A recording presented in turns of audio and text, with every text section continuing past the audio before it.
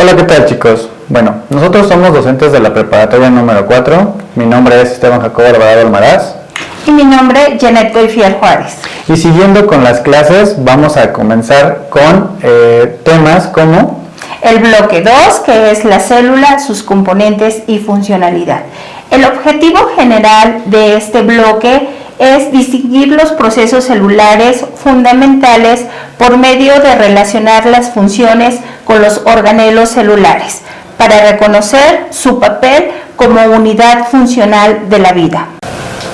Y para complementar con las competencias genéricas, estamos fomentando también en los alumnos los pensamientos autodidactas y que ellos puedan investigar. Es por eso que vamos a estar manejando como el 5 punto pensamiento crítico. Y el segundo que vamos a estar manejando para fomentar una participación ante el grupo con el profesor, por eso también estamos manejando la colaboración y trabajo en equipo. El tema que vamos a abarcar en este bloque 2 son las estructuras externas celulares. Abarcaremos los organelos que intervienen en el movimiento, así como pared celular. Así es, y también vamos a estar observando la membrana, o más específico la membrana celular, junto con transporte de membrana. La finalidad de esta clase es que ustedes, chicos, puedan comprender la estructura externa celular de los organelos de locomoción y pared celular. También es muy importante mencionar a la membrana celular porque más adelante les explicaremos temas más puntuales, así como los tipos de transporte de membrana. Chicos, ¿ustedes conocen los tipos de célula? ¿Sabes cuáles son los organelos que intervienen en su movimiento? ¿Sabes cuáles son las partes que van a proteger a esta célula? Retomando las ramas de la biología, comentábamos que estas ramas es la genética, la microbiología, la patología, la paleontología, embriología. Entre esas ramas nosotros abarcamos lo que fue la citología. Y bueno, la citología, recordemos que es la rama de la biología que se va a encargar de estudiar las células. ¿Qué entendemos por una célula? La célula es la unidad anatómica funcional que integran a todos los organismos. Y bueno, esos organismos los vamos a clasificar principalmente en 5 reinos. El reino de los animales, el reino de las plantas, el reino de los hongos, el reino monera, que es el reino de las bacterias, y el reino protista. Todos ellos están integrados por células. Un ejemplo, las células que nosotros que integran nuestro cuerpo humano. Un ejemplo, las células de nuestros músculos, pues son los miocitos. Estas células tienen ciertas características y una función específica, así como las células de nuestro sistema nervioso, como las neuronas o las células que integran nuestro esqueleto, nuestros huesos, como pueden ser los osteoblastos, los osteoclastos o los osteocitos. Otro ejemplo de célula es la célula que integra nuestro tejido adiposo. Con base a estas células, pues existen dos principalmente, que es la célula eucariota y la célula procariota. ¿Qué semejanzas vamos a encontrar en esas células? Pues esas células tienen material genético, a diferencia de la célula procariota, pues esa célula tiene su material disperso en el interior de esa célula, mientras en la célula eucariota, pues ese material genético está concentrado en un organelo que se llama núcleo. Más adelante vamos a hablar cuáles son las características de este núcleo. Otra semejanza entre ambas células, procariota y eucariota, es que presentan citoplasma. Con base a la célula eucariota, pues tenemos dos principalmente, que es la eucariota animal y la eucariota vegetal. En ambas existen ciertos organelos Un ejemplo, el animal y vegetal van a presentar retículo endoplasmático liso, retículo endoplasmático rugoso, un nucleolo, lisosomas, citoesqueleto, citoplasma, mitocondria, aparato de Golgi. Y en la célula vegetal pues va a tener ciertos organelos en las cuales los va a carecer la célula eucariota animal. ¿Y cuáles son esos organelos? Pues nuestra célula eucariota vegetal va a presentar cloroplastos, va a presentar una vacuola, y con base a este cloroplasto, para mencionar un ejemplo, ¿cuál es su función? Pues los cloroplastos contienen la clorofila y este organelo es fundamental durante nuestro proceso de fotosíntesis. Recordemos que ese proceso de fotosíntesis es el que se lleva a cabo con la presencia del sol, y imaginemos un arbolito que tiene muchas hojas y en esas hojas se lleva a cabo el proceso de fotosíntesis. ¿Qué es lo que puede pasar? Bueno, en esas hojas, que son esos puntos fotosintéticos, con nuestra presencia del sol se van a formar ciertos bioelementos, como son los carbohidratos, como son los lípidos, como son las proteínas. Entonces, todos estos nutrientes van a ser llevados a todos esos tejidos vegetales, o bien ese vegetal también puede recibir sus nutrientes del sustrato. También ese vegetal en ese momento va a absorber el dióxido de carbono, que es lo que nosotros podemos expulsar, pero también va a expulsar oxígeno. Y digo, finalmente estas son algunas características o funciones que pudieran llevar a cabo algunos organelos. En las sesiones posteriores vamos a hablar específicamente de todos los organelos que se encuentran en el interior de esta célula. Continuando con la estructura general de la célula, pues comentábamos los organelos que existen en ambas, pero específicamente hablando del núcleo, que este es un núcleo verdadero que se encuentra en la célula animal como en la célula vegetal, y pues contiene nuestro material genético. El nucleolo, su función es el centro de síntesis del ácido ribonucleico, así como de las proteínas. Y el citoplasma, imaginemos la clara del huevo, tienen así una consistencia, y esta se encuentra en el interior de esa célula. Y en el interior de esa célula pues se encuentran todos los organelos que tienen ciertas características, cierta anatomía y funcionalidad. Continuando con la membrana, que es aquella que nos va a proteger el exterior, o la vamos a ubicar en el exterior de nuestra célula. Vamos a abarcar el tema de estructuras externas celulares. Estas estructuras externas celulares, abarcando los organelos que intervienen en el movimiento de la célula, pues vamos a hablar de cilios y flagelos. Estos cilios pues son cortos y son numerosos. Estos organelos de la locomoción pues son especializados, como les habíamos comentado, en el movimiento, y están formados principalmente de proteínas. Una de las funciones es que impulsan a la célula, y también otra función es que pueden atraer alimentos. Con base a los flagelos, pues estos son escasos y son largos. Un ejemplo es el espermatozoide. Los espermatozoides contienen flagelos. Cuando esos espermatozoides, en el proceso de fecundación, llega ese espermatozoide al óvulo, Cuando él penetra al óvulo, inmediatamente se desprende de este flagelo, recordando que el flagelo contiene una proteína llamada flagelina.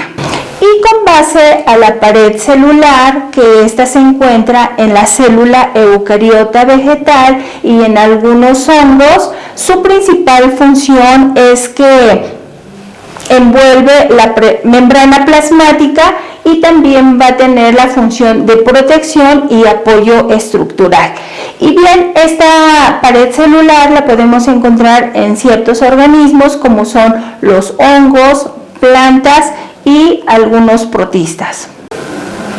Bueno, entonces continuando con los temas, yo les voy a explicar la membrana celular. Entendamos a la membrana celular como un recubrimiento, como una protección para la célula, que ésta puede permitir la entrada o salida de algunas sustancias. Y esta, como pueden ver en la imagen, se puede representar por dos capas compuestas de lípidos. ¿Qué es lo que va a hacer la membrana? Muy sencillo. Es una estructura fina que envuelve a la célula y separa el contenido de esta misma de su entorno. Como lo pueden apreciar en la imagen, ahí nos podemos dar cuenta que la parte que está arribita dice fuera de la célula. Eso quiere decir que ya es el exterior de. Si nos desplazamos en la parte de abajo, de color entre un morado y un azul, estamos hablando que eso ya es al interior de la célula. Ustedes pueden observar una imagen ahí que es como una capsulita que tiene una abertura. Bueno, a esto se le llama puente y sobre esos puentes van a estar pasando varios componentes que en este caso podemos estar hablando de sodio y potasio para el intercambio de síntesis de proteínas. De hecho, como lo pueden ver también ahí, hay unas como esferitas de color azul que tienen el lineamiento de las proteínas. Ahora, vamos a estar hablando del transporte a través de una membrana. Esto es muy importante porque a partir de aquí vamos a entender cómo es que la célula puede comer y puede beber, porque recordemos que esto es también manifestación que presentan los seres vivos. Entonces vamos a tener lo siguiente. Estaremos viendo transportes como por ejemplo el transporte activo que va a requerir energía. Más adelante vamos a explicar bien el por qué se le denomina de esta forma. Vamos a tener al transporte pasivo, como lo indica, es porque no contiene energía o no va a presentar alguna ayuda de esta energía.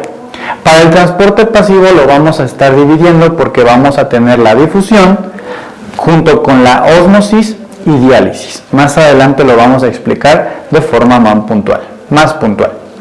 Después tenemos a la entrada. En este caso vamos a estar hablando de la endocitosis, que se va a estar componiendo de pinocitosis y fagocitosis, que eso lo vamos a explicar con ayuda de un material. Y para finalizar el tipo de transporte, vamos a estar hablando de una salida de nutrientes, entonces vamos a estar hablando de la exocitosis. Y para esto, chicos, ahorita les voy a compartir un material que es un video de no muchos minutos para que ustedes puedan entender el proceso de la endocitosis, donde se va a estar abarcando los temas de fagocitosis y pinocitosis. En otros videos hemos hablado acerca de cómo las moléculas pequeñas o los iones eran capaces de atravesar la membrana de una célula, ya sea de manera activa o pasiva o facilitada. De lo que quiero hablar en este video es de cómo cosas más grandes entran a la célula. Aquí nos enfocaremos en el transporte de objetos de elevada masa molecular, también conocida como transporte en masa. Déjame anotarlo. Voy a hablar del transporte en masa. Y como primer ejemplo, quiero que te imagines una célula como esta membrana morada que tengo aquí. Como puedes ver en el dibujo, la membrana está rodeando a una gran cosa verde, que puede ser una bacteria u otra cosa. Déjame hacerlo más claro. Aquí tengo la parte interna de la célula, adentro, y acá tengo la parte externa. Así que le voy a poner afuera. Como ves, la membrana celular comienza a envolver poco a poco este objeto de gran masa verde, que pensemos que es una bacteria. lo empieza a envolver poco a poco hasta que de repente la envuelve completamente y la parte de la membrana que envolvía a la bacteria se desprende del resto de la membrana. Y ahora la bacteria, date cuenta que ya está adentro de la célula. Y además que está envuelta por la membrana, justo como por aquí. A este proceso donde se envuelven cosas se le conoce con el nombre de fagocitosis. Fagocitosis. Y el prefijo fago viene del griego y significa comer, ya que este proceso es literalmente acerca del comer de la célula. Y en muchos casos, esta cosa que ahora está adentro de la célula, que de hecho puedes verlo como la comida de la célula, aquí en este compartimiento donde se encuentra la bacteria, que será transportada a lo mejor a un lisosoma para ser procesada y así digerida la bacteria, a este grande compartimiento derivado de la membrana celular lo llamamos vacuola digestiva. Esta de aquí es una vacuola digestiva. Ahora vayamos a este escenario de aquí abajo. Este escenario es similar pero diferente. Aquí vemos esta parte de la membrana celular de color magenta. Podemos ver la bicapa fosfolípida, por eso dibujé dos líneas para representar la membrana. Esta es la bicapa fosfolípida y puedes observar en este dibujo que en lugar de que la membrana rodee una partícula grande, en este caso va a rodear algún líquido. Como te das cuenta, rodea una parte del líquido y después empieza a rodearlo hasta que se desprende. Y ahora esto se va al interior de la célula. Ojo, estoy dibujando todo esto en 2 dimensiones, pero realmente sucede en 3 dimensiones. Esto no es solo un círculo, esto de aquí debería de ser una esfera. Y a esta esfera, que ahora se despegó de esta membrana celular, se le conoce con el nombre de vesícula. Esta de aquí es una vesícula, que es un término general que se usa para estos compartimientos derivados de la membrana celular que ahora están dentro de las células. A este proceso donde las células están esencialmente bebiendo un líquido, y bueno, junto con lo que hay en él, se le conoce con el nombre de pinocitosis. Pinocitosis. Y el prefijo pino también viene del griego y significa beber. Y siempre me han fascinado las raíces de las palabras, y es que a decir verdad no soy un lingüista experto, pero está increíble que varias lenguas como el hindi o el urdu, los cuales conozco bastante bien, la palabra pino significa beber. Entonces, a lo mejor está relacionada con la palabra pony, que está en estas 2 lenguas. Estoy casi seguro que tienen una raíz lingüística común, y siempre me parece fascinante ver todas estas conexiones lingüísticas. Pero bueno, regresemos. Pinocitosis, donde la célula está bebiendo, por así decirlo, y fagocitosis, donde la célula está comiendo, por así decirlo. Y justo estos 2 procesos que tenemos aquí, estos 2 procesos especiales, donde se rodea de esta manera a estas partículas, a estos 2 procesos se les conoce con el nombre de endocitosis. Déjame escribirlo. Endocitosis. Endocitosis. Es decir, no te confundas. La fagocitosis es un tipo de endocitosis y la pinocitosis también es un tipo de endocitosis. Ahora bien, seguramente te puedes hacer la siguiente pregunta. Ok, ya vi cómo sucede esto. Inclusive lo puedo ver en un microscopio, pero ¿cómo es que sucede? ¿Cómo la membrana envuelve partículas y después las suelta? Y como dije en muchos videos, varias personas creen que esto se entiende muy bien. Sin embargo, estos procesos no se entienden completamente. Hay algunas ideas que dicen que el citoesqueleto está involucrado y entonces de alguna manera empuja por aquí a la membrana, creando así este espacio para que, bueno, se desprenda y después se mueva en alguna dirección. O a lo mejor también actúa ayudando a la membrana para que sirva como envoltura de justo esto que tenemos aquí. En fin, todas estas son áreas que se están estudiando y preguntas como ¿cómo es que ocurre la endocitosis? O tal vez la pregunta de ¿cómo sabe la célula qué consumir y qué no? O la pregunta de ¿y cómo es que la membrana logra hacer esto de la manera adecuada? Son preguntas que todavía no tienen respuesta. Bueno, continuando entonces con los temas, vamos a puntualizar con los puntos que vimos en el mapa conceptual. Con el primero que vamos a comenzar es con el transporte pasivo. ¿Sale? Bueno, ¿por qué se le va a denominar transporte pasivo? Algo que debemos de entender es que este transporte no va a requerir energía. ¿Por qué? Porque los componentes o las moléculas que van a estar viajando a través de alguna corriente lo va a hacer a favor. Esto es muy fácil de explicar. Imaginemos que nosotros queremos pasar un río, ¿sale? Pero en vez de ir en contra del río, por ejemplo, si el río va de izquierda a derecha, nosotros queremos viajar de izquierda a derecha. Entonces vamos a aprovechar la corriente. Es así que funciona el transporte pasivo. Cuando existe algún torrente, por ejemplo el torrente sanguíneo, van a haber células que se van a estar transportando o van a haber otros componentes.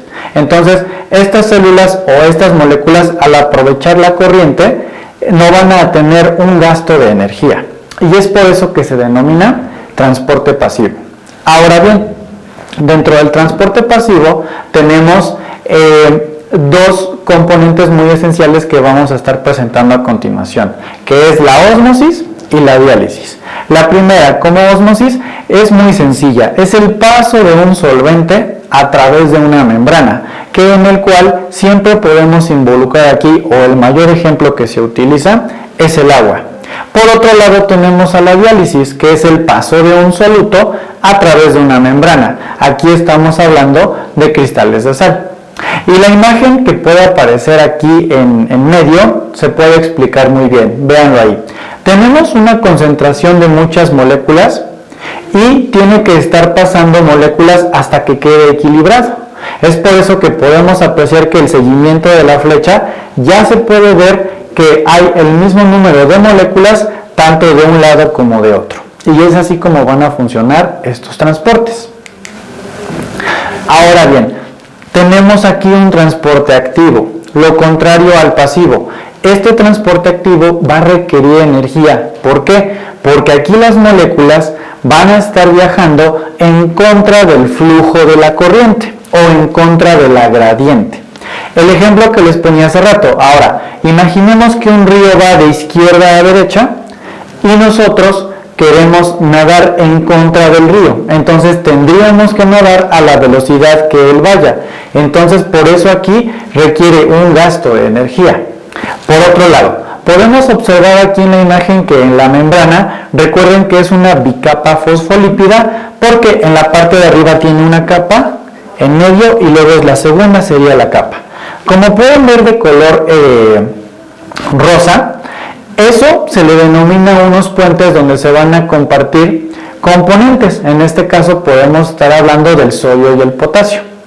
Para que se puedan transportar estos componentes necesitamos una molécula fundamental que es la energía. Entendamos a la energía como el ATP. Entonces, los componentes van a estar disueltos, va a llegar entonces la molécula de energía, ¡pum!, abre el puente, se meten las moléculas, se cierra y posteriormente pueden ir al interior de la célula, o puede pasar caso contrario. La célula quiere deshacerse de sodio, ¡pum!, energía, abre los puentes, encapsula los componentes, luego vuelve a abrir y los libera. Es así como vamos a estar entendiendo al transporte activo. Ahora bien, como lo pudieron ver en el video, chicos, esto solamente es un reforzamiento de lo que vimos acerca de la endocitosis, ¿sale? Entonces vamos a volverlo a estructurar. Endocitosis, incorporación o entrada de productos a la célula, que vamos a estar involucrando aquí dos factores muy importantes, que en este caso es pinocitosis, que es cuando la célula está bebiendo o está tomando líquidos y junto con esos líquidos muchos componentes para la síntesis de proteínas. Que por otro lado tenemos a la fagocitosis, que el prefijo precisamente viene de comer.